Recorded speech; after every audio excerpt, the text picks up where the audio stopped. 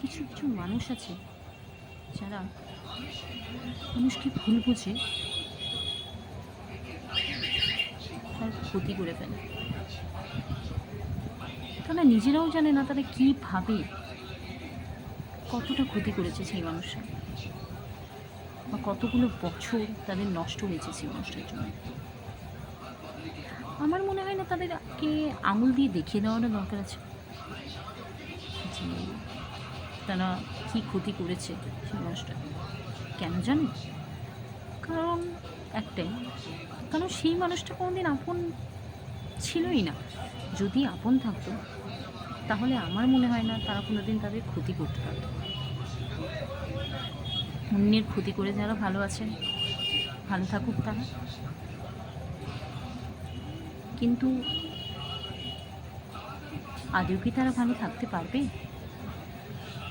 কারণ ওই যে কথাই আছে না,